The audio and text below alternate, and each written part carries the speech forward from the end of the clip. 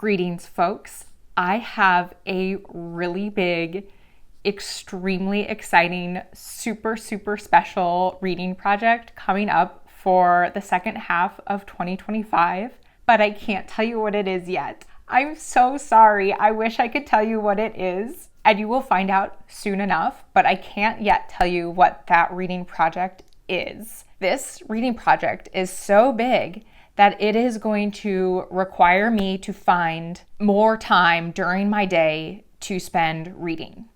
I'm going to have to significantly increase the portion of my day that I spend reading books, because this project is going to require me to read a lot of books over a relatively short period of time. And I need to find where that time is coming from, because as of right now, I don't know where that time is going to come from.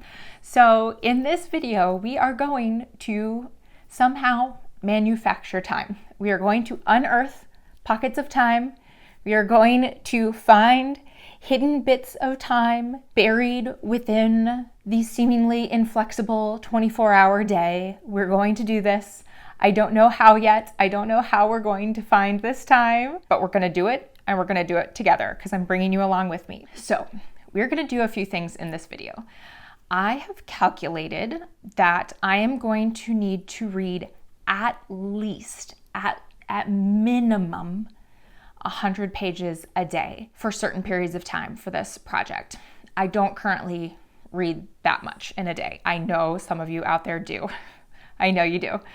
I definitely don't. Also, this is not about reading faster. I want to be able to do this without making myself read faster. I think if I read any faster than I currently do, I run the risk of not enjoying it as much.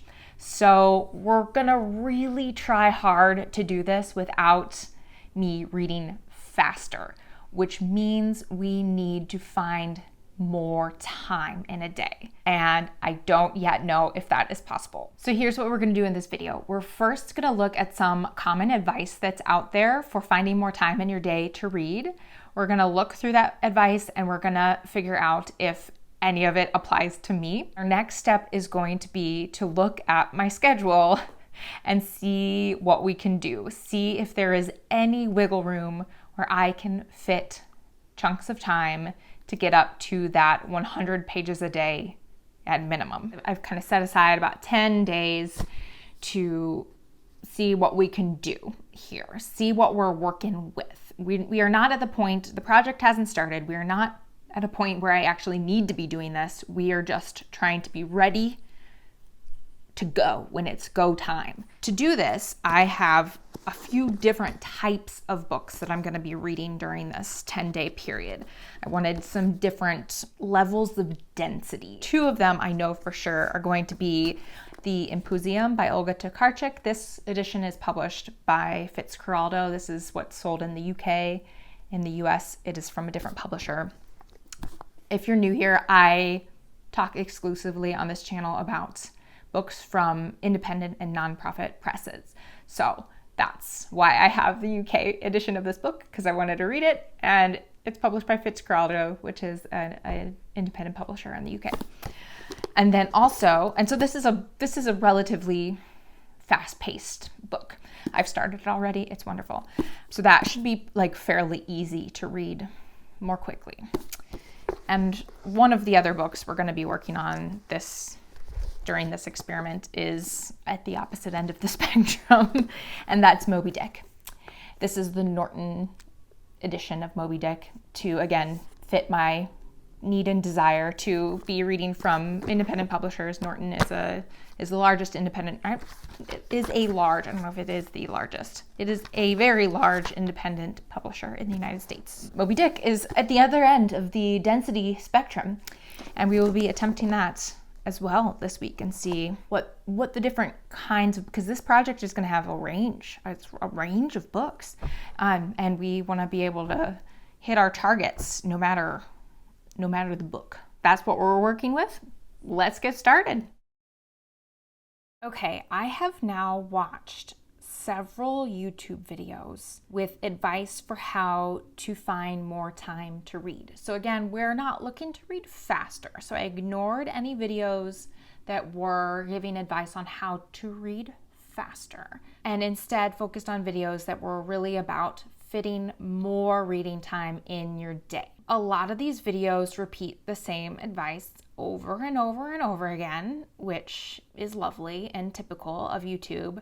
But I watched a few videos that I really enjoyed and thought had really good things to say, and I'll leave a link to them all below. So let's go through some of the tips that came up fairly frequently in these videos and talk a little bit about them and whether or not they will work for me. So the first tip that came up time and time again was to turn off screens before bed, and the implication is that you then instead spend time reading before bed. I already do this. I have done this for at least 8 years now because we started doing this when my son was very young. We decided that no more TV before bed. We were just going to read before bed. I can maybe get better at reading more before I fall asleep, but also my kiddo usually climbs into bed next to me at night to read his own book, which I'm sure I'll get some footage of how that typically goes. Yeah, but as you can imagine, it's pretty distracting. So long story short, reading before bed is pretty much a wild card. I never know exactly how many pages I'm going to fit in an evening, but it's something I already do. Tip number 2 that came up several times, have a lot of books around you that you want to read. Check, already done. You've seen my bookshelves. So that doesn't really apply. Tip number 3, always have a book with you. Check, already done. I always have a book when I do school pickup, when we go to swim class, when we're in the car and my husband's the one driving, when I'm at the doctor's office, etc., etc. I always have a book with me. Tip number 4 is to DNF books or not force yourself to finish a book that you're not enjoying. This isn't super relevant for me. I sometimes do this, but it is not at all relevant for this particular super secret project. Unfortunately, I won't really be able to DNF books, so that one's out. Tip number 5, read books in multiple formats like audiobooks and ebooks. Unfortunately, I only read physical books. I consider it a personal moral failure on my part that I can't read audiobooks and I can't read ebooks. I just can't focus when I'm reading books in either of those formats. I need a physical book, and that is on me. That is something that's wrong with me. I wish I could read books in other formats, but I can't. And also, it's not relevant for this upcoming project because they're all going to be physical books. Tip number 6, switch books. So if something's not working for you, switch books or have multiple books go in at once. I already do this, so check. Tip number 7, have a distraction-free reading space. This tip, honestly, just makes me laugh. It's obviously not for people with kids who live in a very small space. That one's out. There were 3 tips that came up that might actually help me find more time to read, I think. Tip number 8, set reading sprints. I've never done this. So that one, when it popped up, I was like, oh, that actually is interesting. I think I am going to need for this project to set aside one day a month where I do some sort of reading sprint over several hours. I've never done them before because I don't have the space or the time to do them. I don't have long stretches of time to dedicate to something like that, but maybe I can find one day a month. That's about all I can imagine I can fit in. So I'll try to do that this week and film how that goes. Tip number 9, find a cozy reading spot. This is interesting. I've tried to set this kind of thing up before for myself. It might be worth reassessing. But I think I'm gonna save this one for another video because I have an idea of how this might work for my particularly challenging home space, but I won't have time to tackle that this week. So this one is going to be a separate video, but an interesting tip nonetheless. Tip number 10 is the simplest of them all, but it is going to be the main solution, I think. And that is to schedule your reading. This in particular, lots of people mention this, but in particular, I think Jared Henderson mentioned this. Schedule your reading.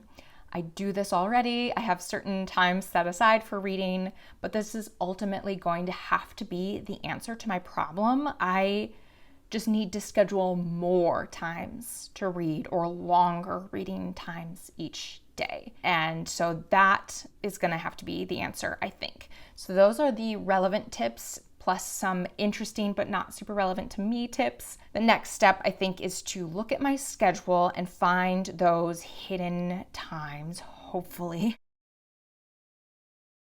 I just spent forever typing out my whole weekly schedule of like how I usually spend every single day of the week. I want to cry. There is no wiggle room. Like so many of us out there, I have a full-time job. I have a hybrid schedule. I work some days in the office, some days remote. So I work some days from home. My workday really doesn't have space for reading in it. And then outside of work and being a mom, I have already like optimized my life and my schedule to like do all of the things that you're supposed to do. I get 8 hours of sleep every night. I believe that's important. I try to exercise for a certain amount of the day, every single day. I get outside every single day. My family eats home cooked meals almost every single night of the week. On my remote days, I'm the one who cooks. On my in-office days, my husband's the one who cooks. So we alternate who cooks. But when I'm not cooking because I'm commuting home from the office. I have no time. I spend zero time sitting down watching TV or watching movies. I haven't sat down to watch a show. I can't even remember the last time I did that. When I watch YouTube or any TV, it's always while I'm doing dishes.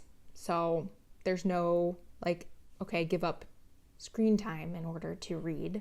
That doesn't exist. I also have time during the week set aside specifically for writing my own fiction, doing my YouTube channel, writing my newsletter. So that's time that's already set aside and dedicated and necessary. And then for reading, I have time set aside for that already. I read in the morning, first thing when I get up, and I read before bed. Those are my reading times, and I already have them set aside. There's always a way. So here are the few little opportunities I have found in my schedule to like add a bit more reading to my day. Our alarm goes off at 5 a.m. And I used to get up at 4. I used to get up at 4 a.m. to like write and do stuff in the morning. Now we've adjusted to 5 a.m. So pre-pandemic, I would get up at 4 because I had to commute every day to the office, right? Lately, like for the past several months, I've had a lot of trouble like getting out of bed right at 5 a.m. So I usually like lay in bed for a good half an hour at least. And so if I get out of bed at 5, I can read for roughly an hour and a half of reading until my son gets up at 6:30 a.m. because he gets up at 6:30 to get ready for school. So that's a chunk. That's a chunk of time. That's going to have to be my main reading time for the day. That's going to have to be it because it's distraction free. It's a chunk of time. It's already time I've set aside for reading. I can just extend it and make sure that I'm getting out of bed. I still will plan to read before bed. As I've explained, it's a bit of a crapshoot before bed. You never know what's gonna happen. So other possible areas for adjustments. I realized when I looked at my schedule that I am spending 3 hours cooking, eating, and then cleaning up when I'm the one making dinner. 3 hours from 5 p.m. to 8 p.m. That is a long period of time. Can I shorten that like a couple nights a week? Can I find something that's a little bit easier or just not let myself like, oh, quick pickle some red onion for this dish or, make an herb yogurt to go on the side? Can I force myself to not do those things so that it doesn't take me a full hour to cook dinner? And then maybe try to find key dinners that like don't make as many dishes so it doesn't take me an hour to clean up after dinner. Here's where you say, can't your husband be the one doing the cleaning up and cooking? Yes, he can. He cooks half the time. Like I said, those are usually the nights I'm commuting home from work anyway, so not reading time. But I'm the one who does the dishes every night because he's the one who does bedtime routine with the little person who lives with us every night. And I'll just give you a free tip here for the division of nightly duties. The person who does the dishes can watch TV while they do it. So I'm the one who does the dishes. I can maybe shorten that dishwashing time though, hopefully. What about weekends, you say? Great question. Yeah, weekends are not a guaranteed increase in free time. No. There's still all of the, childcare duties and errands to run. But what I think I can do, I already get up at 5, or the alarm goes off at 5 on the weekends.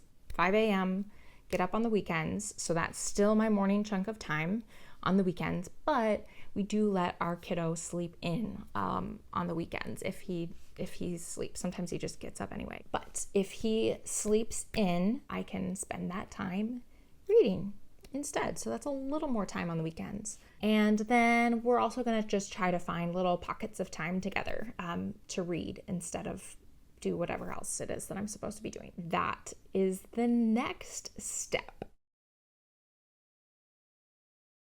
The first morning of the where's the camera? Okay. The first morning of our experiment is a minor failure. Why?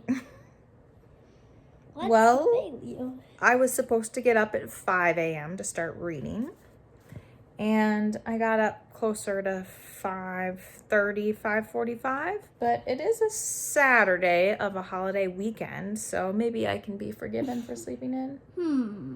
We'll have to think about that. We will have to think about that. So now we've had breakfast, right?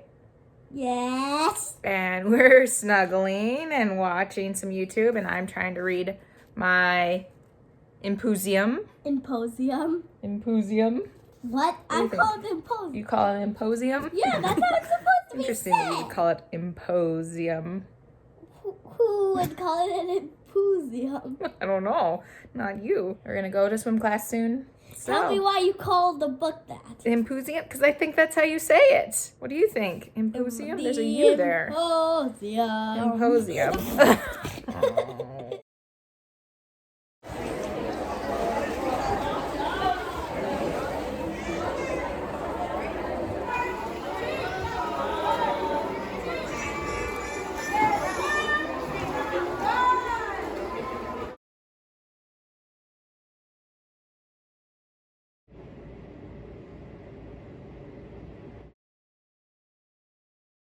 We're on our way to the woods for a nice Memorial Day walk in the woods. It takes about, 20 minutes to get there?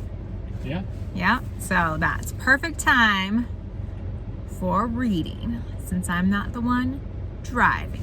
Hopefully I don't get car sick. You probably will. I probably will. So I'm just gonna take this so you don't get cold. Don't take my book! Don't take my book!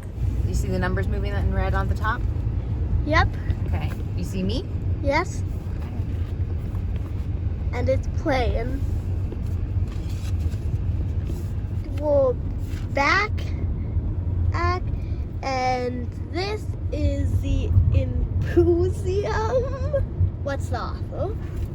Olga Tokarczuk. And how are you liking the book? I'm really liking it. I'm loving it, in fact. It's really spooky. Ooh. Would you say your fans should check it out? For sure they should. In fact, a lot of them already have. If you haven't, go pick up the Imposium. I still think it's in the You Imposium. think it's the Imposium? Yeah, I still think it's the Imposium. All right, So make sure you're watching the screen a little bit here and there to make sure you got what you want on the okay, camera. what you Blue want? jay. There's a blue jay, a Oh, woodpecker. that's a woodpecker. Wow. Blue jay and a woodpecker. No, don't fly. Okay, let's keep walking. There goes a chipmunk.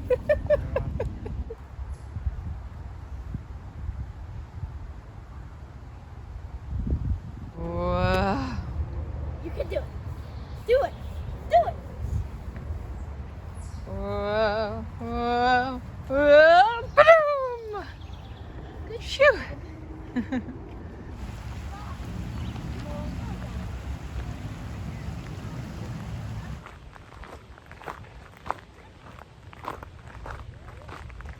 We saw. Yeah, we saw it. What is it? Wood. From? A train track. The railroad ties. There. Evidence. Evidence. Go in the middle of the path.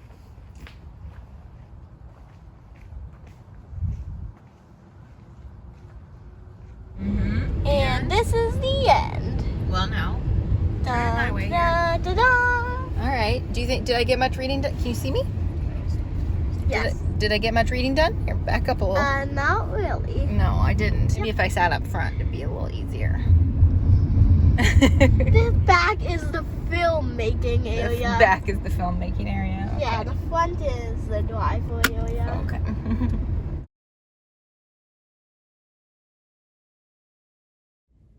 Almost.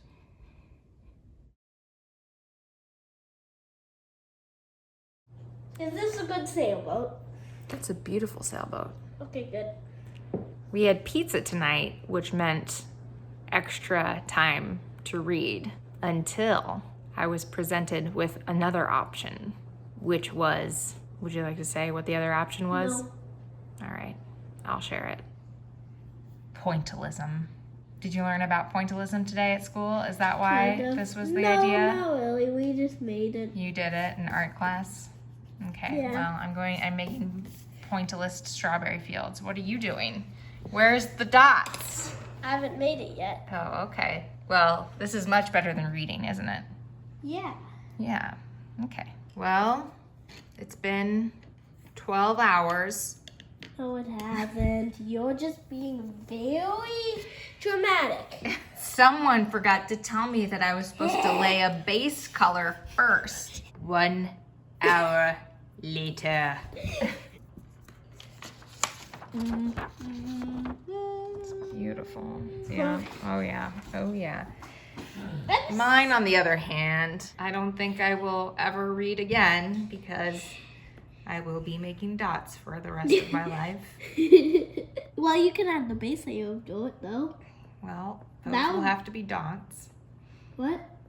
They're gonna be dots. The dirt's gonna have to be dots. It's all going to be dots. You're gonna make full dots? Yes, I'm going full dot, baby. Okay, wait. see you next decade. Wait. Don't turn it off yet. What? At least let them see mine once the water's completed, which will be very soon. All right. It's now 2026. You are absolutely a lunatic of dramatic acting. All right. Good night, everybody.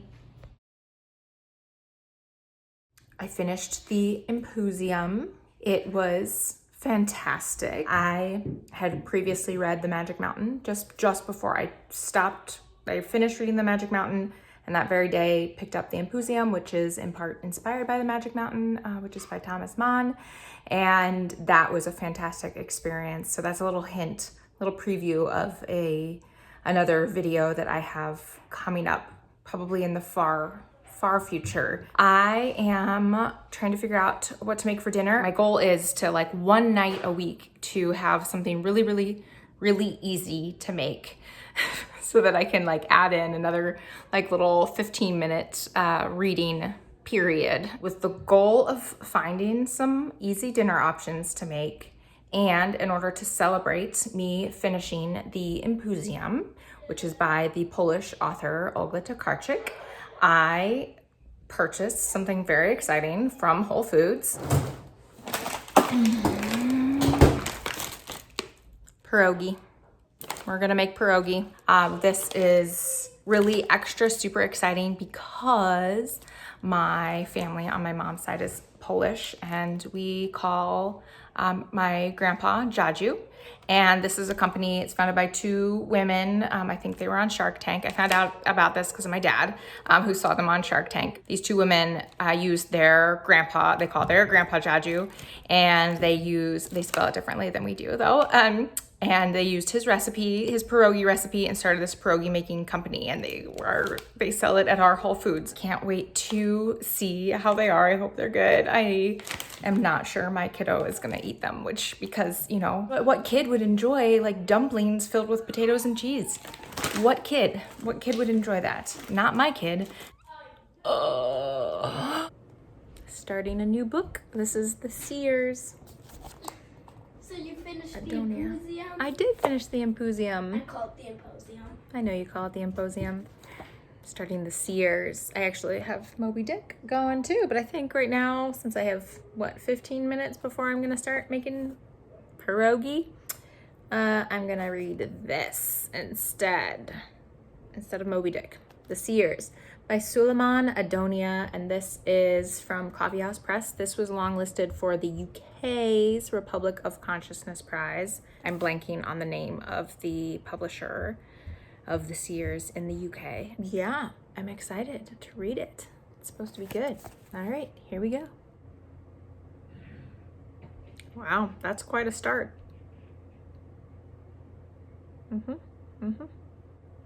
That is quite a start. I can't even read. I don't even think I can read that first 2 sentences on YouTube here. That's the kind of start that this is. So yeah. Whoa.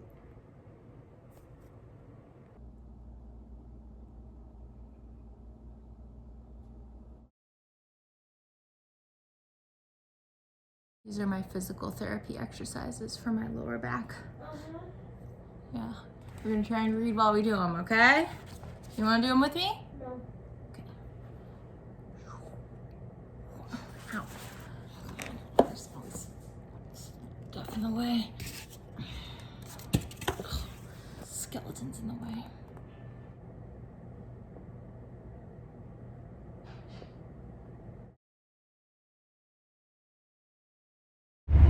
We're off to Michael's to get some fondant, aren't we?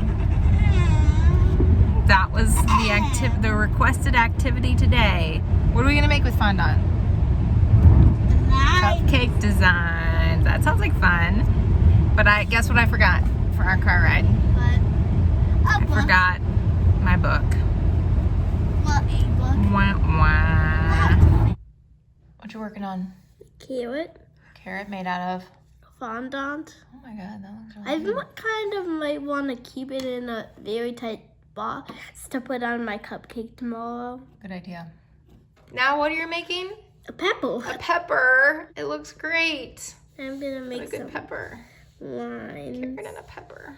What is this masterpiece right here? It's a cupcake. It's a cupcake made out of fondant to go on top of a cupcake? Yeah. Wow. Let's look at our fondant here. Wow. And now It what are you looks like adding an into the apple. top? Looks like an I apple. think people will understand. Put it on the top. Oh my god. Oh, the cherry on top. The fondant took it out of me. I thought I could manage it. I thought I could maybe do like a workout while the fondant was happening. I was like, okay, I have 40 minutes to make dinner, work out, get reading in. I just kind of lost it. So I said, I'm going for a walk. Somebody else make dinner. So here I am on my walk, and it's a beautiful evening, absolutely beautiful evening, and I'm glad I'm not inside right now.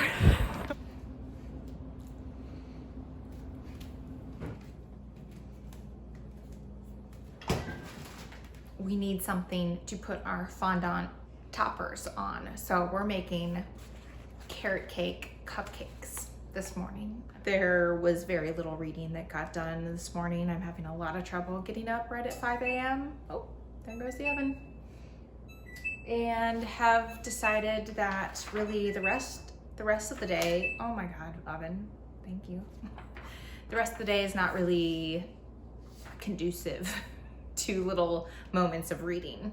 here and there that I thought maybe I could fit in. So morning is when it has to happen, and morning is not yet when it is happening. So we need to work on that for the remaining days of our 10-day challenge here. And in the meantime, we're gonna make some cupcakes. So this is a recipe from Sally's Baking Edition for simply carrot cake cupcakes. Let's get going. We are not gonna film the baking process because that just sounds really stressful. So I'll see you again once our cupcakes are done. Burr, burr, burr, burr.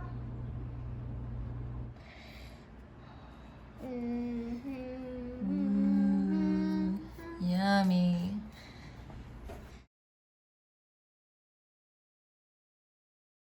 What? Lift the shark foot. No. Like this? Is this I mean, like, lifting? yeah, but let me see the bottom of him. He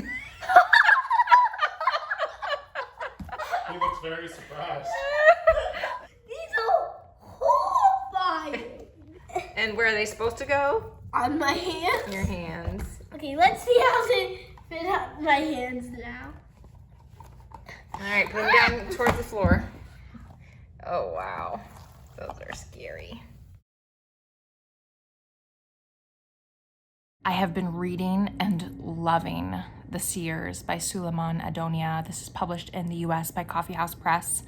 This is following and is narrated by a young woman who is a refugee living in London, and she is from Eritrea, and it jumps back and forth in time a good bit, but you follow her experience in London and all of the hoops, demoralizing, devastating, sad, scary hoops she has to jump through as a refugee living in London, and then you go back to her childhood and experience in Eritrea, and it is devastating, it is sad, but it is so beautifully written. It has its funny moments, but like I hinted earlier, there is a lot of fairly graphic sexual content in here, and it all serves the purpose of the themes and the experiences in the book of the narrator. So it's an intense book, I'll say that. And this was longlisted for the Republic of Consciousness Prize for the UK. And I think Prototype was the publisher in the UK. I read some of the shortlist for that prize this year and some of the long list. And I would say, I haven't finished it yet, but I would say I would have shortlisted this. There were some books on the shortlist that were great, but I think this deserved to be on that shortlist. It is, again, I haven't finished it yet, so who knows what happens in the end. This is also one of those thin books that a lot of people would probably finish in a day. I have decided I refuse to finish books in a day. There's something about having a book staying like open, like in your mind, unfinished, incomplete in your mind, and sleeping on it.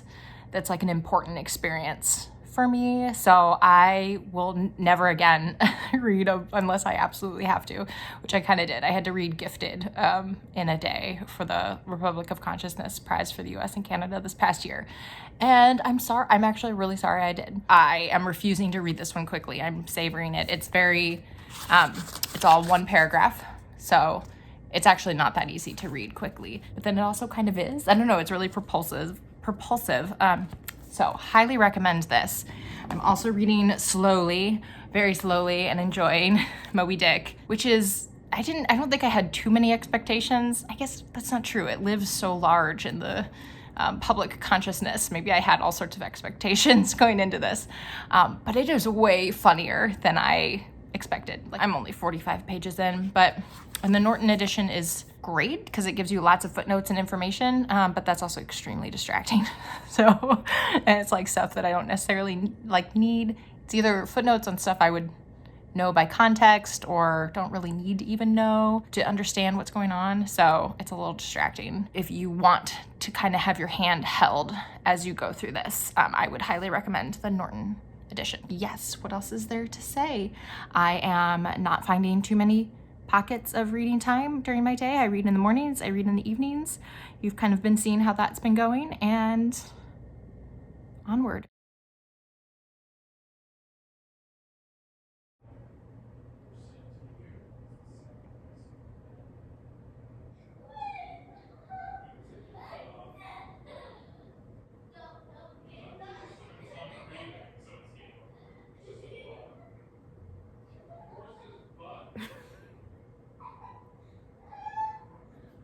I want you to be the story person for one of me and Daddy's Dungeons and Dragons games, and not just any of ours, all four. I'm the story master Yeah.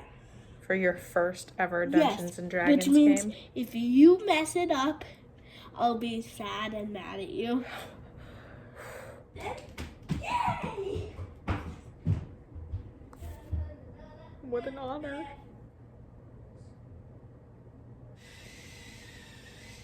Why do I hear a pencil sharpener when it's time to be reading?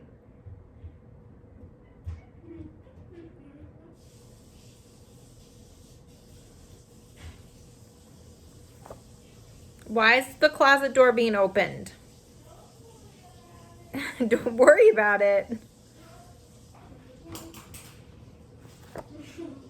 You coming to join me out here? My materials. Your materials? Aren't you supposed to be reading?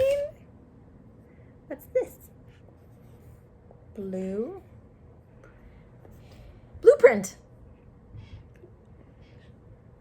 Whoop. I'll be back.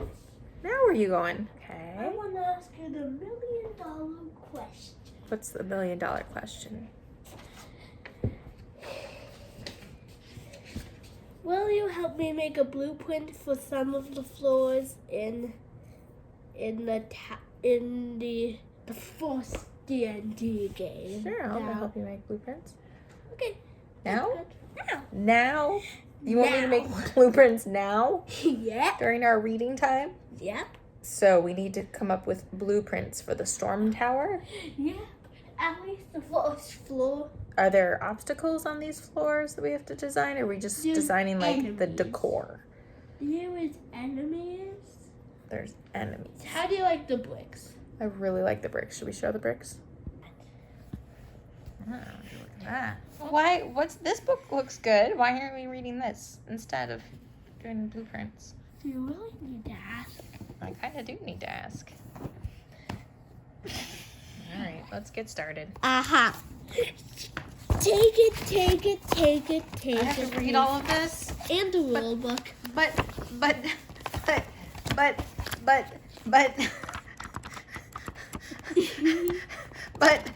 You're so good at this. But you're so good at reading. I have other things to read. Please don't make me. It's not.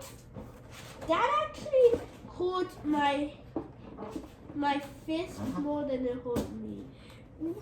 Oh, Mom, I opened it from the upside down.